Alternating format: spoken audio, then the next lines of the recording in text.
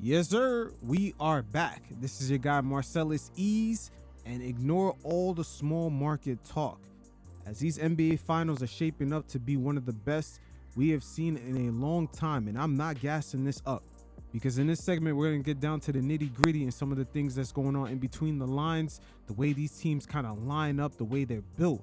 The Pacers just having so many players coming off the bench who could contribute, having the better shooters.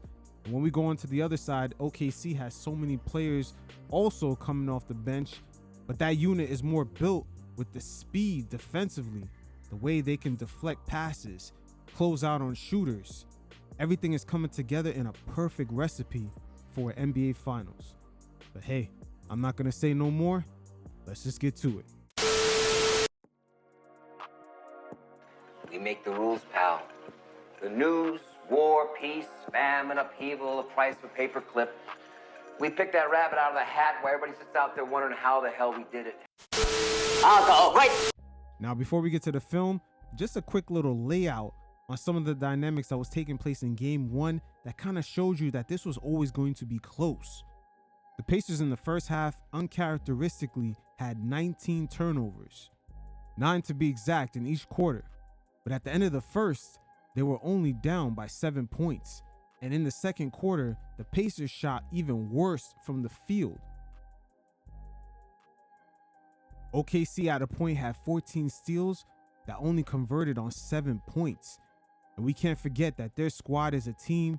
Their offense is held up by some of the points they get from their transition defense. The Pacers starters had most of the turnovers, which is real ironic. And this Thunder's defense throughout the season, they've been one of these teams that actually don't mind going small and utilizing their speed, having a lot of deflections on entry passes, and also in contesting shots on the closeout. So sporadically throughout the matchup, you've seen certain scenarios where the went into halftime, players got defensive boards, then they started dribbling up in the possession, then they'll instantly lose the ball. They weren't used to the speed, and it kind of took them a while to adjust, as in the second half, they only had 6 turnovers. And that's where you begin to see the head of the snake of the Oklahoma City Thunder's offense begin to cut off. Because without those turnovers and the transition points that come from it, that normally holds their offense up when they get into these stagnant possessions with SGA just going ISO without even passing the ball once in the whole possession. I mean, this was really mano a mano because both teams did a really good job in containing the other in transition, whether they turned the ball over or not. This was something that helped the Pacers get to the finals because going up against the Knicks, they contain a lot of the transition points, especially from guys like Josh Hart. But going into this matchup, everyone knew Oklahoma City's #1 defense was going to contain the Pacers in transition. Little did we know the Pacers was going to be the same exact way on the other end. That's how they kept this close. Once again, at a point, OKC had 14 steals, but only converted it for 7 points. Here's a perfect example right here. Pascal, he's going to try to gain an advantage on Case and Wallace. And this is something the Pacers love to do in transition. Get Pascal down the court fast, take advantage of some of this smaller defensive lineup right here. This is how they killed the Knicks. Watch after this turnover right here. Look at the Pacers players. They're going to get back, and they're going to form a wall right on SGA, can't get anywhere. And they end up settling for a contested 3-point shot. Here's another example right here. Lou Dort with the strip. Look at the Pacers players getting back. This is how they contain the Knicks. You got SGA just settling for a jumper. And this is how the Pacers tend to beat teams down during the course of a game. They're just so relentless, and especially within the last 2 minutes of these fourth quarters throughout the playoffs, they have killed teams like the Cavs, the Knicks, and the Milwaukee Bucks. And coming off this miss, this was rare right here, coming from the Pacers in transition, just to get this open shot. But you didn't see it too much in the first half. And within that transition defense, just them being in that small ball lineup, they're going to have to take some physical punishment as Pascal right here draws the foul. There's going to be a lot of mismatches that Pascal is going to draw up throughout this series. This is how they were able to maintain themselves when Tyrese wasn't as hot during the first half. Pascal is very slick. He reminds me of Dwayne Wade in a way.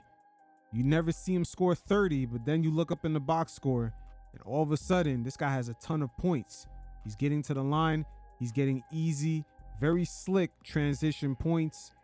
And quiet as kept, he's getting his team into the bonus.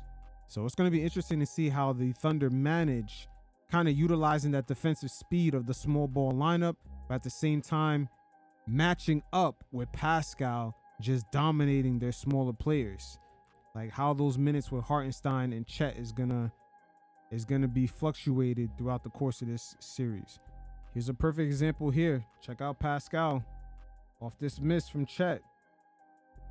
He's already out, but look who's right on his ass. Caruso, which has been a great pickup for the Thunder. Really, that kind of hurt him last year, not having that extra perimeter defender, really adding on to the amount of perimeter defenders they have, because just dealing with Kyrie and Luka kind of tired out some of their stars. I believe J-Dub had issues with maintaining his scoring while guarding Kyrie in last postseason, but Caruso right on it. But Pascal still draws a mismatch when they go small. And the Pacers, this is how they killed the Knicks in that last series. They kept dumping it to Pascal. He got easy layups on Josh Hart. He even dominated OG in transition with the layups. OG couldn't even contest him. This exact dynamic right here is something we're going to keep an eye on going the rest of the way. So now we're going to go to one of the most important part in this series, the role players. Make no mistake about it, with the Pacers, this is going to get real tricky because even if their starters don't perform well, their role players will keep them in this. And we've seen it play out in Game 5 against the Knicks, where their bench unit scored 57 points when all their starters were completely in the negative when it comes to plus minus. But yet it took a major fourth quarter heroics from Karl-Anthony Towns to put them over the hump just to win that game. That's how impactful the Pacers bench has been throughout these playoffs. And just seeing the way the Oklahoma City Thunder defense loves to kind of collapse in the paint, because, as I said, they lead the league in closeouts and contesting three-point shots. So some of their defenders have no problem sagging off of certain guys. And this is where the Pacers role players, guys like Ben Shepherd, Obi Toppin, Naismith, TJ McConnell's going to get tested. They're going to leave him open for three. He's going to take a few. Matherin, Thomas Bryant came out of nowhere knocking down three-point shots in the closeout game against the Knicks. Walker, if he comes back off that ankle injury, he knocked down a few shots when Naismith went down going up against the Knicks, I believe, in that Game 4. So there's going to be plenty of opportunities for their role players, because the way Oklahoma City loves to play, it's like an accordion. They're going to close in on any penetration, and then they're fast enough to close out on some of these shooters. And the Pacers had 9 different players in Game 1 that made a three-point shot versus Oklahoma City's 5. And that's what makes this series juicy. Forget all the small market talk. It's just the way these teams line up going up against each other. They're both deep, but OKC has a slight edge on the speed and defensive playmaking ability. But the Pacers counter that with the shooting from their role players, whether the shots be contested or not. Just look at Lou Dort in the first half, knocking down 5 threes, just to have Obi Toppin, who was kind of having a sloppy game, come back with 5 threes of his own.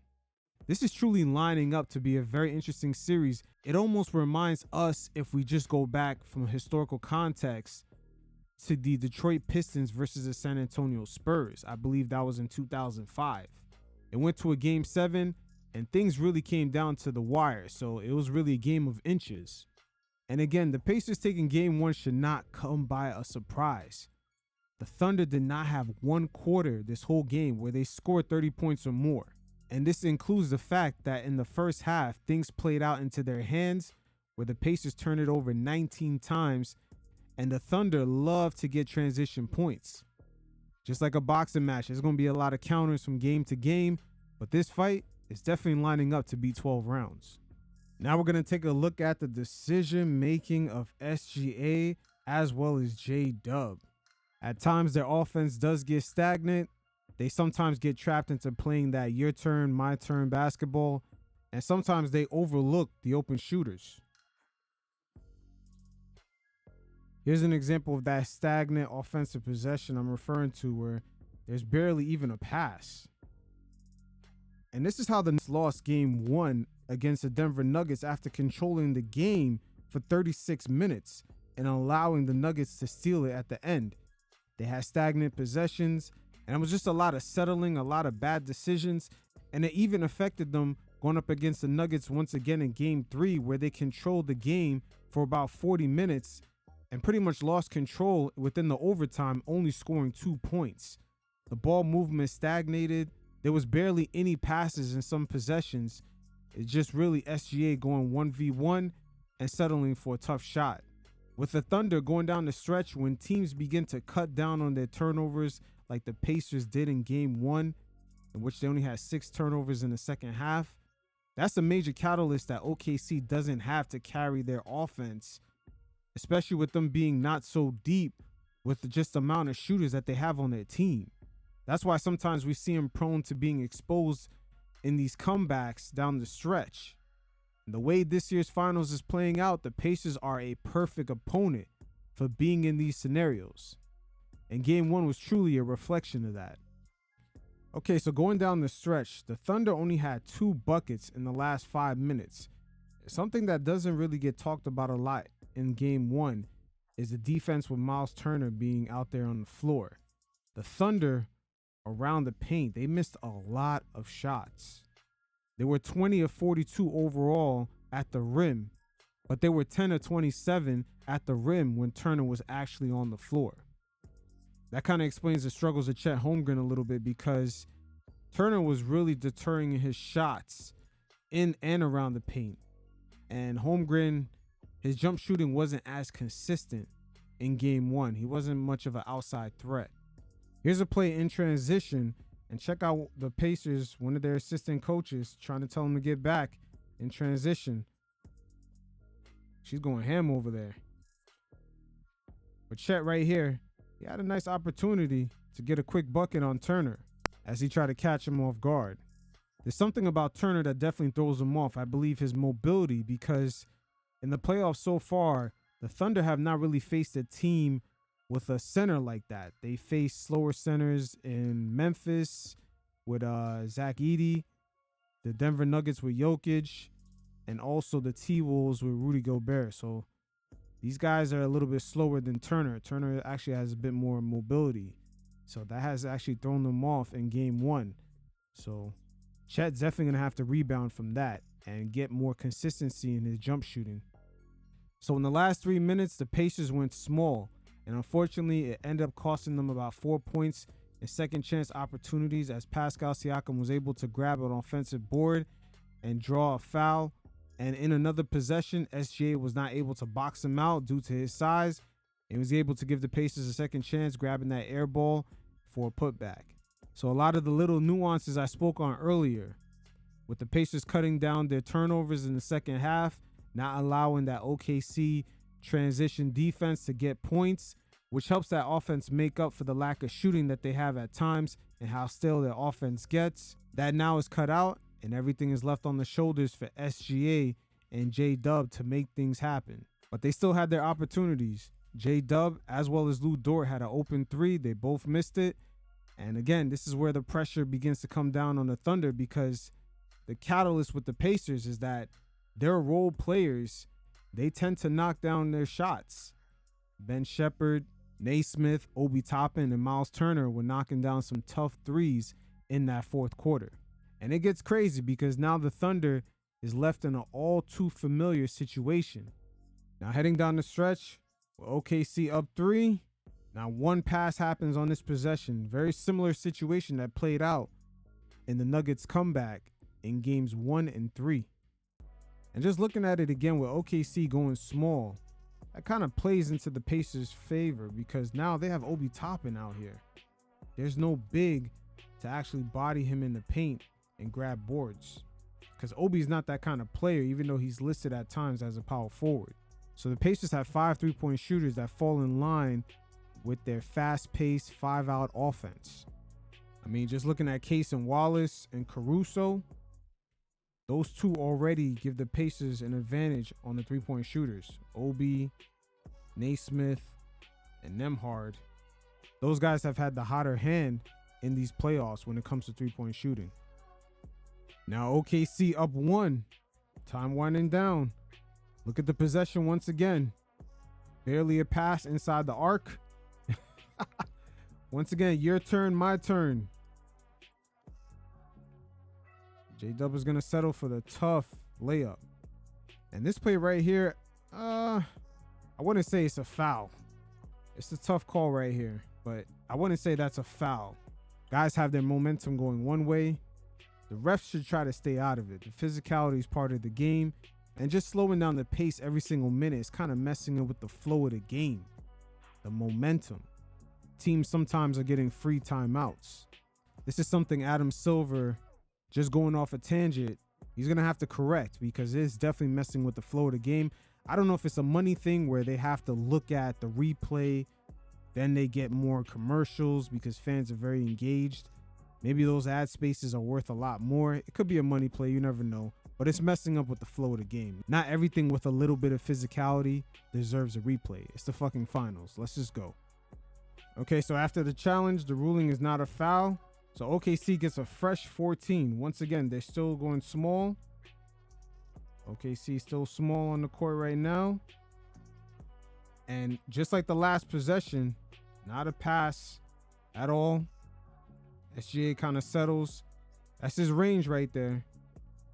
And sometimes this is exactly where teams like the Pacers have the Oklahoma City Thunder beat in plays like that, where they're just stagnant. They're relying on their superstar to generate his shot. We've seen teams throughout the playoffs when their stars tend to go out, like the Boston Celtics with the Knicks. They played a lot better in that. I believe that was game 5. They played a lot better in Boston because the ball was moving, things were more free flowing. And that's how the Pacers play. They kind of have a community-based offense, even though Tyrese Haliburton is their go-to guy in the crunch. You never know who's really going to hit that dagger. It's not really a guarantee it's going to be him. And sometimes the Thunder have an over-reliance on their superstar. In this modern era of the NBA, where teams have multiple players who could defend multiple positions, the talent pool is not only a lot better, but it's a lot more globalized. The league is more flat than it used to be, a pyramid of top talent players changing the paradigm of the whole league. It's harder for superstars to get into their bag, just consistently going for that one-on-one in isolation. And these exact scenarios have hurt the Thunder throughout the playoffs, where there's just no ball movement. Guys are just standing around. There's not even a pass inside the arc at all. And SGA and J-Dub are slotted in a position where they kind of got to find their own shot. And sometimes when they take it to the rack, they got to go up against 2 to 3 guys. As we've seen in the course of this segment, there's a lot of things that led up to this exact moment. OKC had 2 opportunities, up 1 with the ball. Stagnant possessions, and also their offense not necessarily converting on those 19 turnovers in the first half. And in situations like this, the Pacers, unlike the Oklahoma City Thunder, they're not afraid of kicking the ball out to their open shooters. Because OKC, they love to collapse in the paint. And they have guys that are fast enough on these closeouts. But in the fourth quarter, the Pacers role players have proven that they're not afraid to knock down shots. OKC, another game where they're controlling everything. 46 minutes and 25 seconds with the lead, just to lose it at the very end. And this played out in games 1 and 3 against the Denver Nuggets. So OKC fans are no stranger to this, but they can bounce back. There's no doubt. But there should be no opponent being underestimated. And these two teams, they're a great matchup for each other. The Pacers role players might not be on point from game to game, but they are going to be a main contributing factor in this series. It's going to be good. Put all that small market bias aside and enjoy this. It's going to be a good one. Until next time, you fellas, stay safe. Peace.